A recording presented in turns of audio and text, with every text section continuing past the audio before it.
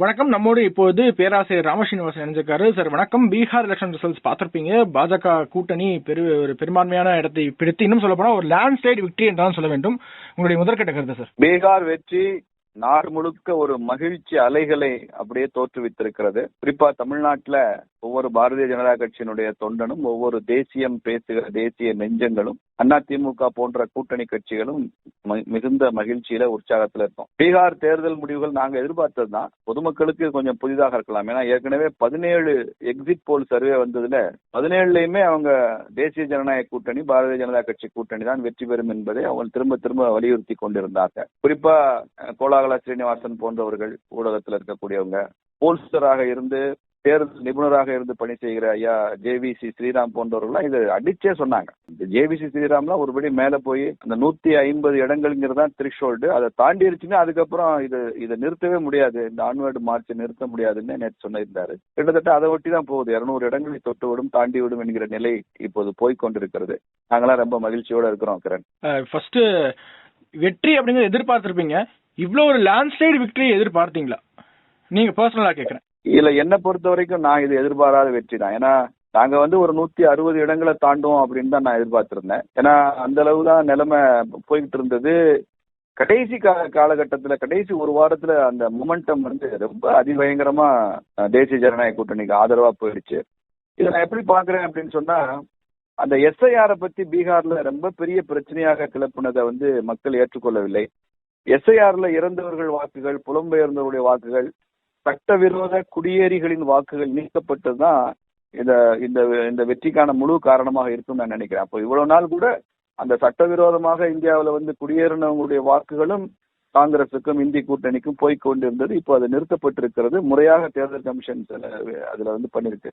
இந்த பீகார் தேர்தல் முடிவுகளை பொறுத்த வரைக்கும் இதுல முதல் வெற்றி அப்படிங்கிற தேர்தல் கமிஷனுக்கு தான் அதை டெடிகேட் பண்ண நான் விரும்புறேன். இரண்டாவதாக ஐயா நரேந்திர மோடி அவர்களுக்கும், அமித்ஷா அவர்களுக்கும், பீகாரினுடைய முதலமைச்சராக பொறுப்பேற்க போகிற நிதிஷ்குமார் அவர்களுக்கும் தான் இதை நம்ம டெடிகேட் பண்ணணும். இந்த SIR இந்த ஒட்டுமொத்தமான இந்த பிரச்சாரமும் ஈடுபடவில்லை என்று எடுத்துக்கலாமா? இந்த SIR பிரச்சாரம், அதுக்கு எதிரான பிரச்சாரம். SIR பாருங்க, இன்னைக்கு கூட நிறைய பேர் டிபேட்ல என்ன சொல்லிட்டு இருக்காங்கன்னா, எலெக்ஷன் கமிஷன் பாஜக விலைக்கு வாங்கிருச்சு, அதனால தான் இவ்வளவு பெரிய வெற்றி சாத்தியம் இருக்கு என்று கூட சொல்லிட்டு இருக்காங்க சார். இல்லையே, SIR ஆதரிச்சுதான் உச்சநீதிமன்றம் தீர்ப்பளித்திருக்கிறது. SIR ஆதரிச்சதுனாலதான் மக்கள் 72% பெண்கள் மாத்திரமே வாக்களிச்சிருக்கிறாங்க. ஆண்கள் 63%, பெண்கள் 72% வாக்களிச்சிருக்கிறாங்க. SIR வந்ததுனாலதான் முற்றிலுமாக வாக்காளர் பட்டியல் திருத்தம் செய்யப்பட்டு களை எடுக்கப்பட்டு இன்னைக்கு அது அப்படியே ட்ரிம்மா ஸ்மார்ட்டா இருக்கு. இன்னைக்கு பட்டியல் எந்த விதமான தவறும் இல்லாத பட்டியல் இப்பதான் முதல் முறையாக பீகார்ல உருவாயிருக்கு. பழைய பட்டியலே நாங்க தான் ஜெயிச்சோம். புது பட்டியல்லையுமே எங்களது அந்த ஆன்வர்டு மார்ச் என்பது தொடர்ந்து கொண்டுதான் இருக்கிறது. நீங்க இந்த தேர்தலில் பாத்தீங்கன்னா தேசிய ஜனநாயக கூட்டணிக்கும் தேஜஸ்வி யாதவனுடைய அலையன்ஸுக்கும் மொத்த மாநிலம் முழுக்க இருக்கிற வாக்குகள் வித்தியாசம் வெறும் 12,000 தான். 12,000 வாக்குகள் தான் இது நடந்தது. இந்த தடவை ஏன் இவ்வளவு லேண்ட்ஸ்லைடு வெற்றி அப்படின்னு சொன்னா, தேவையற்ற வாக்குகள், இறந்த வாக்குகள், கள்ள வாக்குகள், புலம்பெயர்ந்தவர்களுடைய வாக்குகள், இதெல்லாம் முறையாக தேர்தல் கமிஷன் செஞ்சதுனால இது உண்மையான வெற்றி. இது போன தேர்தலே இந்த வெற்றி தான் வந்திருக்கணும். தாமதிக்கப்பட்டு இந்த லேண்ட்ஸ்லைடு வெற்றி நமக்கு கிடைச்சிருக்கு. இதே மாதிரி வெஸ்ட் பெங்கால் ரொம்ப முக்கியமான மாநிலம். அடுத்து தேர்தல் வரவிருக்கு. தமிழ்நாடு கூடவே வெஸ்ட் பெங்காலுக்கும் தேர்தல் வரவிருக்கு. அங்க நமக்கு தெரியும் எவ்வளவு பங்களாதேஷி இல்லீகல் இமிகிரன்ஸ் இருக்காங்கன்ட்டு. அங்க ஒருவேளை இதே மாதிரி SIR முறையாக அமல்படுத்தப்பட்டு தேர்தல் நடத்தப்பட்டால் பாஜக கூட்டணிக்கு வெற்றி வாய்ப்பு எப்படி இருக்கு? பீகார் தேர்தல் முடிவுகள் சொல்லும் செய்தி என்ன? நான் ஒரு 4-5 செய்திகள் சொல்றேன், நீங்க அதை குறிச்சுக்கலாம். சொல்லுங்க சார்.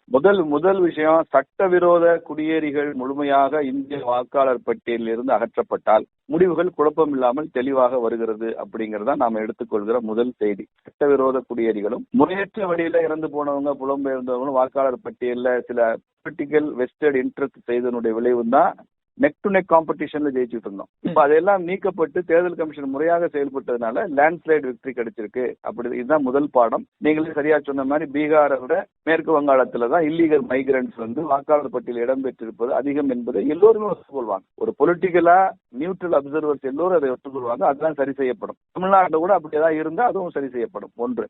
இரண்டாவது, இந்த பீகார் தேர்தல் வெற்றி சொல்கிற செய்தி தமிழக பாரதிய ஜனதா கட்சிக்கு, தமிழகத்தில் இருக்கிற அதிமுகவுக்கு ஒரு வலிமையான கூட்டணி, கெமிஸ்ட்ரியும் நன்றாக இருந்து அரித்மேட்டிக்ஸும் நன்றாக இருக்கும்போது அது இந்த மாநிலத்தினுடைய அரசியல் சக்திகளை, அரசியல் எதிரிகளை நாம் தோற்கடிப்பதற்கு ரொம்ப சுலபமாக இருக்கும். அதை நோக்கி நாம இன்னும் வீறுநடை போட வேண்டும் என்பதுதான் தமிழக தேசிய ஜனநாயக கூட்டணி பீகார்ல இருந்து நாம எடுத்துக்கொள்ள வேண்டிய பாடம் செய்தின்னு நாம் புரிஞ்சுக்கிறேன். இன்னும் கூடுதல் உத்வேகத்தோடு, கூடுதல் உற்சாகத்தோடு, கூடுதல் கெமிஸ்ட்ரியோடு நாம களத்தில் தேசிய ஜனநாயக கூட்டணியை இன்னும் விரிவுபடுத்தி வலிமைப்படுத்தி நாம் பணி செய்ய வேண்டும். தமிழகத்தில் கட்சிகள் வெற்றி பெறுவதில்லை, கூட்டணிகள் தான் வெற்றி பெறுகின்றன என்பதுதான் பீகார்ல இருந்து நாம எடுத்துக்கொள்ளக்கூடிய செய்தியாக இருக்கணும். 2. 3வது விஷயம், திமுக ஒரு பெரிய செய்தி இருக்கு. நீங்க அப்படி ஒன்றும் பிஜேபி தேசிய ஜனநாயக கூட்டணியை டிஸ்மிஸ் பண்ணிட முடியாது. ஐயா ஸ்டாலின் போன்றவங்க பீகார்ல போய் பாட்னால பிரச்சாரம் பண்றதுனால உடனே அங்கே வந்து பெரிய வெற்றி கிடைச்சாது. ஜாதி ரீதியா போலரைஸ் பண்ணி வெற்றி அடைய முடியும்னு நினைச்சா அதுவும் முடியாது. இதெல்லாம் திமுக இங்க கற்றுக்கொள்ளணும். திமுக கற்றுக்கொள்ள வேண்டிய இன்னொரு பாடம், காங்கிரஸ்ங்கிறது அசெட் இல்ல, லைபிலிட்டி. அது ஒரு காங்கிரஸ்ன்றது சுமை அப்படிங்கிறது தான் இன்னைக்கு தேஜஸ்வி யாதவ் அங்க பீகார்ல ஃபீல் பண்ணிட்டு இருக்கிறார். தேஜஸ்வி யாதவ் கட்சியும் காங்கிரசுமே கூட 5 இடங்கள்ல கூட்டணின்னு சொன்னா கூட நேருக்கு நேரா களத்துல மோதினாங்க. அவங்களுக்குள்ள எந்த விதமான கன்சென்சஸ் எங்கேயுமே வரவே இல்லை. இது வந்து 3வது வெற்றி. குறிப்பா ராகுல் காந்தி அவர்களுக்கு எது எலெக்ஷன் இஷ்யூ, எது மக்கள் மனதை தொடுகிற இஷ்யூ எதுவுமே தெரியல. ராகுல் காந்தியும் தேஜஸ்வி யாதவ் கலந்து கொண்ட பொதுக்கூட்டத்துல இவர் வந்து ஓட்டு திருட்டுன்னு பேசிட்டே இருக்காரு. தேஜஸ்வி யாதவ் அவர்கள் ஒரு சின்ன பேப்பரை குறிப்பு எழுதி கொடுத்து வேலையின்மையை பத்தி பேசுங்க, மக்கள் பிரச்சனையை பத்தி பேசுங்க அப்படின்னு எழுதி கொடுத்துட்டே இருக்காரு. அப்ப என்ன அர்த்தம்? மக்கள் பிரச்சனையிலிருந்து அந்நியப்பட்டு இருக்கிறார் ராகுல் காந்தி என்பதை தேஜஸ்வி யாதவ் அன்னைக்கு நாடு முழுக்க உணர்த்திட்டார். அதனால Congress is a liability to டிஎம்கேங்கிறத தமிழக திமுக புரிஞ்சுக்கணும். எத்தனை சீட்டுகள் அதிகமா காங்கிரஸ் கொடுக்குறாங்களோ அந்த அளவுக்கு இங்க தோற்கிறதும் இங்க உறுதி செய்யப்படும். அடுத்த விஷயம், எங்களை பொறுத்த வரைக்கும் நாங்க நம்புறது, பாரதிய ஜனதா கட்சியினுடைய ஸ்டார் கேம்பெயினர், சீஃப் ஸ்டார் கேம்பெயினர்ஸ்னா ஐயா நரேந்திர மோடி அவர்கள் தான். அதற்கப்புறமா ஐயா அமித்ஷா அவர்கள் தான் எங்களுக்கு ஸ்டார் கேம்பெயினர். எதிரணியிலிருந்து எங்களுக்கு ஸ்டார் கேம்பெயினரா 3வதாக வர்றவர் ராகுல் காந்தி தான். எங்கெல்லாம் ராகுல் காந்தி போய் பிரச்சாரம் பண்றாரோ அங்கெல்லாம் பிஜேபிக்கு வெற்றி உறுதியாகிறது அப்படிங்கிறது தான் இந்த 11 வருஷ ட்ராக் ரெக்கார்டு அப்படிதான் காண்பிக்குது. இது பீகார்லயும் அது நிரூபணமா இருக்கு. அது தமிழகத்திலும் தொடரும் என்று நான் நினைக்கிறேன். இதே ஒரு இதுல இன்னொரு செய்தி இருக்கு. விஜய்க்கு நம்ம தமிழர் வெற்றி கழக கட்சியினுடைய நடிகர் விஜய் அவர்களுக்கு ஒரு செய்தி இருக்கு. பிரசாந்த் கிஷோர் பீகார்ல கட்சி ஆரம்பிச்சு, ஜன் சுவராஜ் ஆரம்பிச்சு இன்னைக்கு 0ல நிக்கிறாரு. என்னைக்குமே அத்லெட் வேற, ஸ்போர்ட்ஸ்மேன் வேற, அவங்களுக்கு கோச்சா வர்றவங்க வேற. கோச்சே பேட்டு பிடிச்சு நான் தான் பேட்ஸ்மேன், நான் தான் பவுண்டரி அடிப்பேன், சிக்ஸர் அடிப்பேன் ஆரம்பிச்சா என்ன ஆகும் அப்படிங்கிறதுக்கு பிரசாந்த் கிஷோர் உதாரணம். தமிழ்நாட்டிலையும் பிரசாந்த் கிஷோர் சொன்னதை கேட்டு கட்சி நடத்துற விஜய் போன்றவர்கள் இதுல இருந்து பாடம் கற்றுக்கொள்ளணும். இந்த மாதிரி தனியாக நின்றெல்லாம் களம் காண முடியாது. இது எப்படிப்பட்ட அரசியல் நாடு முழுக்க நடந்து கொண்டு இருக்கிறது என்பதும் விஜய்க்கு கொடுக்கப்பட்ட தெளிவான செய்தி பிரசாந்த் கிஷோர் மூலமா வந்திருக்கு. இப்போ நாடு முழுக்க ஒரு உத்வேகம் பெற்று அடுத்து தமிழ்நாடு போக்கஸ் அப்படிங்கிறீங்க சார். எங்க அடுத்த இலக்கு தமிழ்நாடு தான் சார். அங்கிருந்து முடிச்சோடனே எங்க தலைவர்கள் எல்லாம் பிளைட்டை பிடிச்சி எல்லாம் தமிழ்நாடு தான் வருவாங்க. ரொம்ப நன்றி சார், உங்களுக்கு கருத்துக்கு நன்றி. வணக்கம். பேசு தமிழா பேசு சேனலுக்கு ஆதரவு தந்து கொண்டிருக்கக்கூடிய பார்வையாளர்களுக்கு வணக்கம். அரசியல் ஆன்மீகம்னு மட்டும் இல்லாம இப்போ ஹெல்த்லயும் நம்ம வந்தாச்சு. ஹெல்த் சம்பந்தமான பிரச்சனைகளுக்கும், ஹெல்த் டிப்ஸுக்கும், ஹெல்த் கேருக்கும், இல்ல ஹெல்த் பத்தி ஏதாவது தெரிஞ்சுக்கணும் அப்படின்னு நினைச்சீங்கன்னா ஹெல்த் குரு சேனல் கண்டிப்பா உங்களுக்கு யூஸ்ஃபுல்லா இருக்கும். பேசு தமிழா பேசு சேனலுக்கு கொடுக்கக்கூடிய இதே சப்போர்ட்டை ஹெல்த் குரு யூடியூப் சேனலுக்கும் கொடுத்து அந்த சேனலை சப்ஸ்கிரைப் பண்ணி உங்க நண்பர்களுக்கு ஷேர் பண்ணும்படி கேட்டுக்கிறோம். நம்ம ஹெல்த் குரு சேனலோட லிங்கை டிஸ்கிரிப்ஷன்ல தரோம், மறக்காம செக் பண்ணி பாருங்க.